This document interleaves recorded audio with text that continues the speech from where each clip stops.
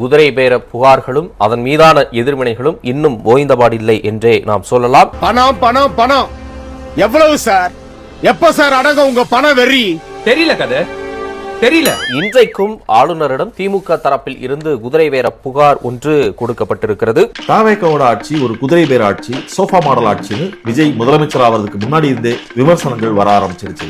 No problem, is brand.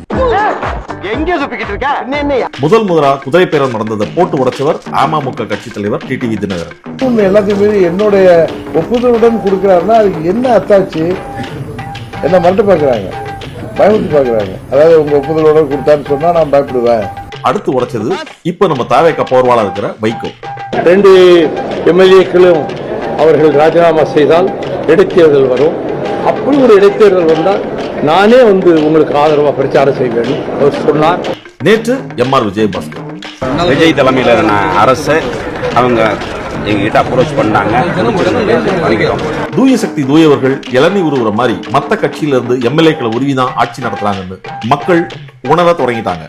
ஒவ்வொரு இளநியா கயிறு கட்டி எதிர்த்த கடைக்கு அமுச்சு விட்டுருவாரு. அவர் பெரிய கடைக்காரர். இன்னைக்கு அந்த வேலையை இந்த தாவேக அரசு செஞ்சிட்டு இருக்கு.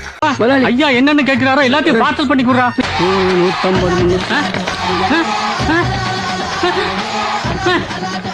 150 என்னடா அரிசி மூட்டை தோசை கல்லு கடையில வேலை பார்க்கிற ஆள் முதற்கொண்டு எல்லாம் போய்கிட்டு இருக்காங்க. நீங்க தானே அவன் எது கேட்டா பார்சல் பண்ணி கொடுக்க சொன்னீங்க. எல்லாத்தையும் கேட்டா கொடுத்துட்டேன். என்னடா மாவாட்டி இருந்தா எப்படி போறான்? அது அவனே சொல்லுவான்.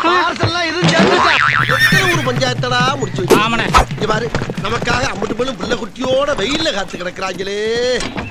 நீங்க ஆரம்பத்தில் குறிப்பிட்ட விஜயபாஸ்கர் அவர்களது அந்த பேட்டி, விஜய் தலைமையிலான அரசு அவங்க எங்ககிட்ட அப்ரோச் பண்ணாங்க, பிடிச்சிருந்தது, வந்துட்டோம். தாவேக்கால இருந்து என்னை அப்ரோச் பண்ணாங்க, அந்த அப்ரோச் எனக்கு பிடிச்சிருந்துன்னாரு. பட் அந்த டீலிங் எனக்கு ரொம்ப பிடிச்சிருந்துச்சு, ஒத்துக்கிட்டேன்.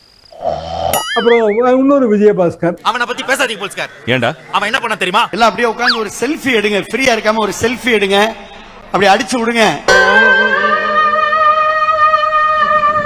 பெத்த வயிறு பத்திட்டு எரியுது.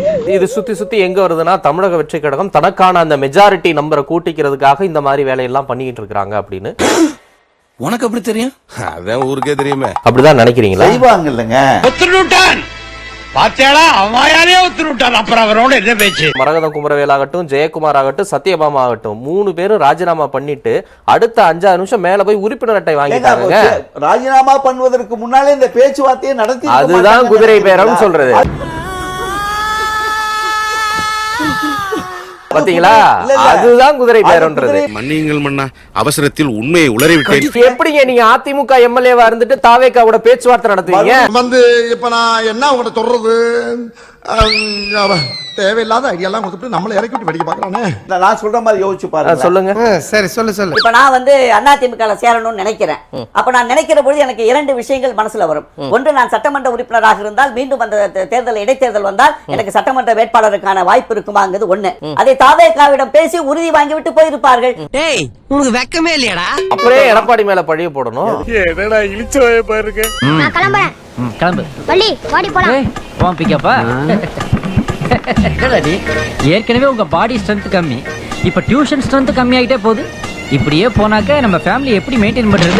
எடப்பாடி மேல என்ன சொல்றீங்க? நீங்க வாழ்க்கை பூரா எதிர்த்த திமுகவோட போறீங்க, அது எங்களால தாங்கிக்க முடியலன்னு போறீங்க.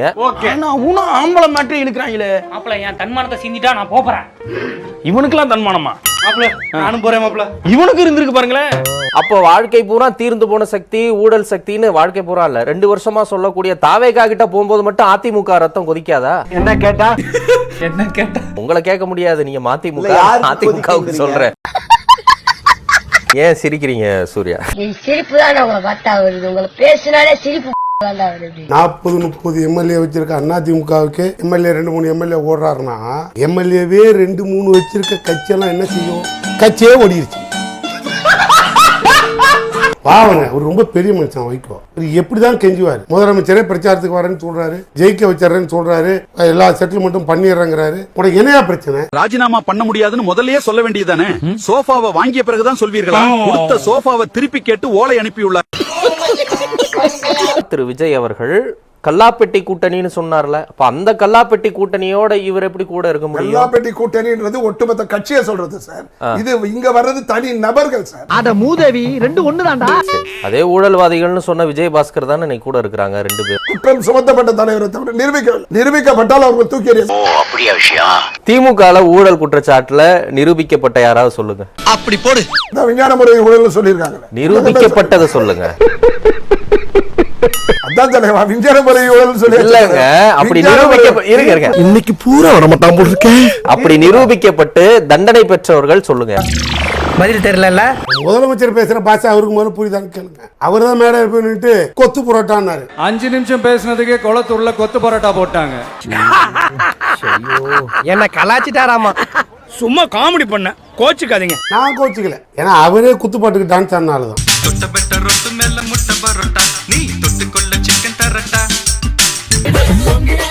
Lungi dance monkey dance ஆடுவீங்களா? அண்ணன் வைகோ குதிச்சாரு.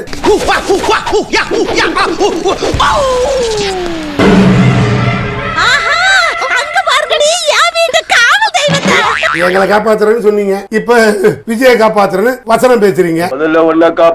நடத்துகிற அரசுக்கு எதிர்த்தரப்பிலே இருந்து வருகிற கணைகளை தடுக்கின்ற கவசமாக கேடயமாக மறுமலர்ச்சி திமுக இருக்கு. பஜன்லால் செட். போங்கப்பா போங்க, எல்லாரும் 10 பைசா போட்டு போங்க, இல்லனா என் பணத்தை தாண்டி போகணும். என்ன இப்ப நான் கேக்குறேன், என்ன வைகோக்கு அரிப்படுத்திருச்சு ஓடுன? என்னன்னாலும் நான் பெரிய மனுஷன்ல. பெரிய மனுஷன் மாதிரி நீ நடக்கலையேடா. 100 ரூபாய் கொடுத்தால் தன்னுடன் புகைப்படம் எடுத்துக் கொள்ளலாம் என ஏற்கனவே வைகோ அறிவித்திருந்தார். அதன்படி ஆம்பூர் பேருந்து நிலையம் அருகில் நடைபெற்ற நினைவேந்தல் கூட்டத்திற்கு சென்ற வைகோவிடம் 100 ரூபாய் கொடுத்து தொண்டர்கள் புகைப்படம் எடுத்துக் கொண்டனர். அப்போது பணமின்றி புகைப்படம் எடுக்க அருகில் சென்ற தொண்டருடன் புகைப்படம் எடுக்க வைகோ மறுத்துவிட்டார். சத்தியம் பண்றா, நீலா பெரிய மனுஷன். எப்படி ஆட்சி மாற்றம் வரும்? எப்படி என்ன ஆட்சியா நடக்குது? ஆடு திருநவனெல்லாம் கூட்டு வந்து அரசு வழக்கறிஞரா போடுறீங்க. அட பண்ணாட, என்ன உங்க அப்பா மூடு சொத்தா நீ பாட்டுக்கு எடுத்து விக்கிறதுக்கு? கவர்மெண்ட் சொத்தா. முன்னால விஜய்க்காக செத்தவன் கட் அவுட்டுக்கு பால் ஊத்தி, பின்னால இனிமேல் சாக போறவன் அத்தனை பேருக்கும் கவர்மெண்ட் எம்ப்ளாயி. இதெல்லாம் அண்ணன் வைகோ வந்து கொடுத்த ஐடியா. இந்தியாவிலேயே ஏன் உலகத்திலேயே இந்த மாதிரி ஐடியா யாருக்காவது வந்திருக்கா? இந்த மாதிரி ஒருத்தர் இருக்கிறதும் சரி, ஊருக்குள்ள 10 முகமூடு கொள்ளக்காரர் இருக்கிறதும் சரி. ஏதாவது வேலை வேணும்னு முடிவு பண்ணீங்கன்னா, தம்பி உனக்கு ஏதாவது வேலை வேணும்னா என்ன பண்ணா, வீட்டுல ஏதாவது கிளவி இருந்தா கூட்டு வந்து விஜய் கூட்டத்தை கேட்க வை. போயிடுச்சுன்னு வச்சுக்க உனக்கு எம்ப்ளாயி. அருமையான ஐடியா வரட்டா. நம்பிக்கை இருக்கிற அறிவுக்கு படிச்சாலும் கவர்மெண்ட் வேலை வாங்க முடியாது. ஏன்னா அந்த அளவுக்கு முட்டா பையன். ஒரே ஐடியா பண்ணாமலே வீட்டுல இருக்கிற ஒரு கிளடிய தளபதி மாநாடுக்கு அனுப்பிடலான்னு முடிவு பண்ணிட்டேன். அதுக்கப்புறம் நான் தான்டா government officer. Sambar appointment order. உன் துணிமணி. ஏய், துணி என்கிட்ட இருக்கு, மணியை நீ வச்சுக்கடா. ஒன்னு சொல்றேன், யாராவது என்னை கான்டாக்ட் பண்றாருன்னா www.pitchu.com மெயில் அனுப்புங்க. எனக்கு இப்ப ரயிலுக்கு நேரம் ஆகி போச்சு.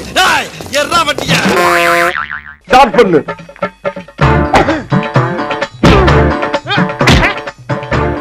இங்கிட்டு வா. அப்படியா